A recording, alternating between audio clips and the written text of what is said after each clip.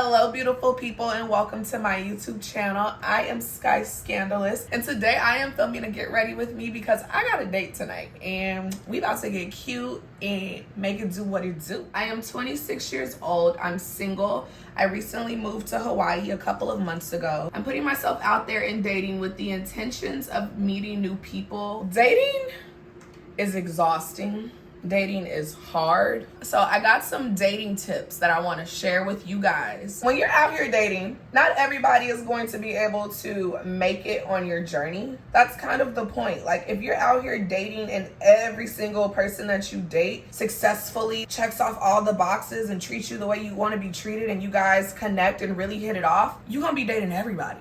So you really actually scientifically, realistically, universally cannot end up with every single person that you go out with. You need to realize that and be very realistic and get okay with being disappointed. You know the saying, hope for the best but expect the worst?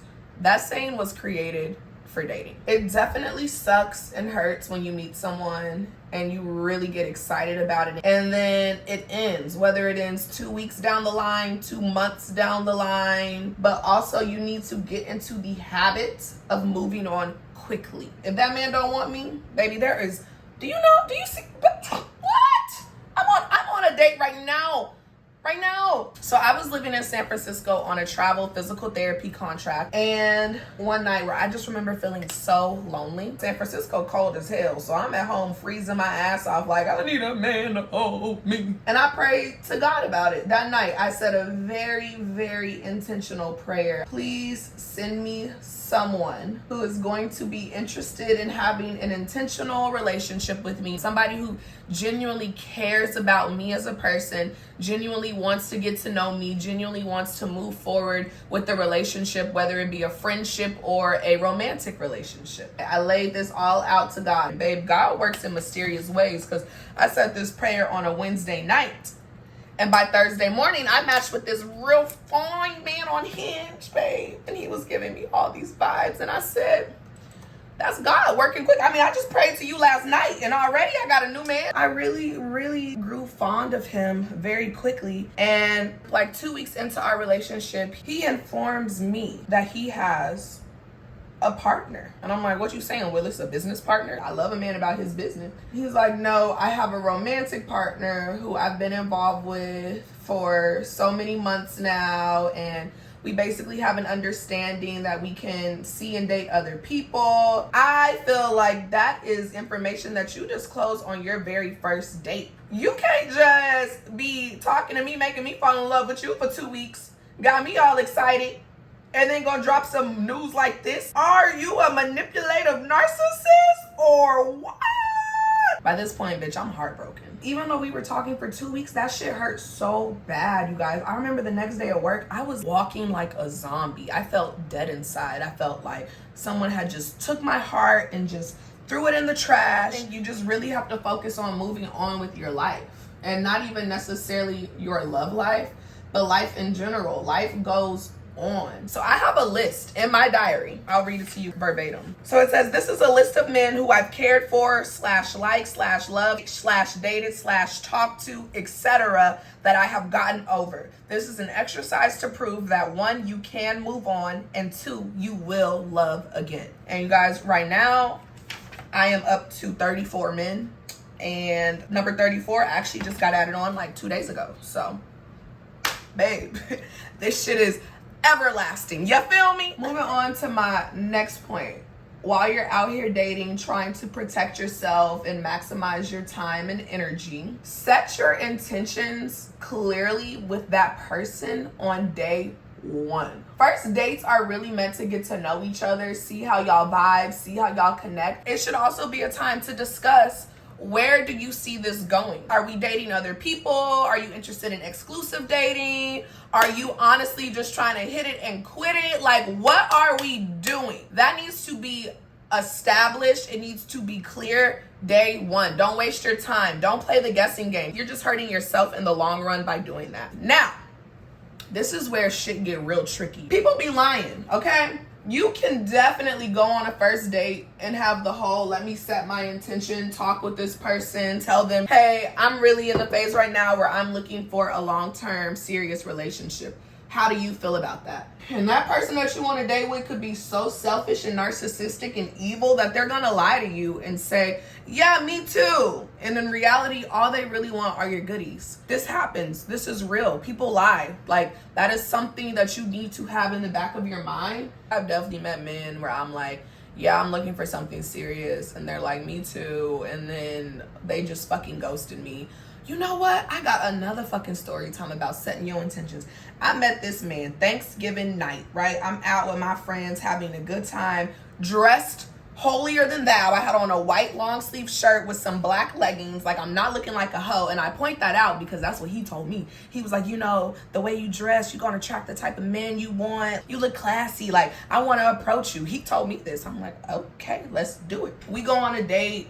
And we were talking about our intentions, and I told him, you know, what my intentions were. And he told me how he is also looking for the same thing. He even told me that, like, he wants to do cute date shit. Like, he wants to go to this salsa dancing class and go on trips and respect me. He literally was like, you will be respected. These are words verbatim from him. So I'm really thinking at this point, we're aligned. And I'm not gonna lie, like, we did what grown people do because I thought we were on the same page. I was attracted to him. I liked what he was putting out. I made a decision that I was okay with that. Just for him to turn around and ghost me, bitch. This motherfucker ghosted me. I'm texting, I'm calling, he blocked me.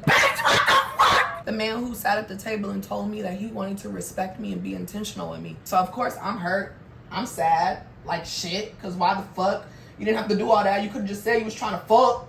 That wasn't fucking necessary, nigga. I move on with my life, time goes by. Why does this bitch come around and match with me on Hinge months later? He messages me like, hey, I've been trying to get in touch with you, but you blocked me. Because I blocked his ass back. Like, bitch, you want to block me? You blocked, ho. I gave him a call because I genuinely wanted to hear what he had to say. And he just gave me this bullshit ass excuse. I'm going to be real with y'all and hit y'all with the bullshit ass excuse I got because I want you to understand how bullshit people are in this world and how you can still move forward and be okay and still love yourself and love others. He told me that he was having sexual intercourse with another girl at the same time that he was having sexual intercourse with me. And that woman told him that she tested positive for chlamydia. He assumed the only new factor was me and I must have gave him chlamydia and he gave her chlamydia. This is why he ghosted me. Here's what's wrong with that. Number one, you're the one fucking other people. I'm only fucking you. So you fucking other people didn't even disclose that to me. Now you're accusing me of giving you chlamydia. Not only that, let's just say I did give you chlamydia. You're not gonna tell me so I can go get checked out? You're just gonna ghost me and let me figure that shit out on my own? Like, oh boy, I was like, it's been months. That's the best lie you could come up with? Child. Then this is how fucking crazy and toxic people are. In the same conversation, the same breath, he proceeds to say that he wants to take a trip to Costa Rica next month and would I like to come with him?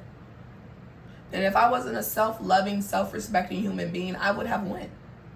But I love myself enough to know that you're a trash-ass person and you do not deserve, you don't even deserve to go to Denny's with me down the street, nigga, at 2 a.m. after the club. Okay? Go to Costa Rica and drown by yourself. That I think I killed it with the blush. A little too much blush. A little too much blush, but it's okay. Set your intentions.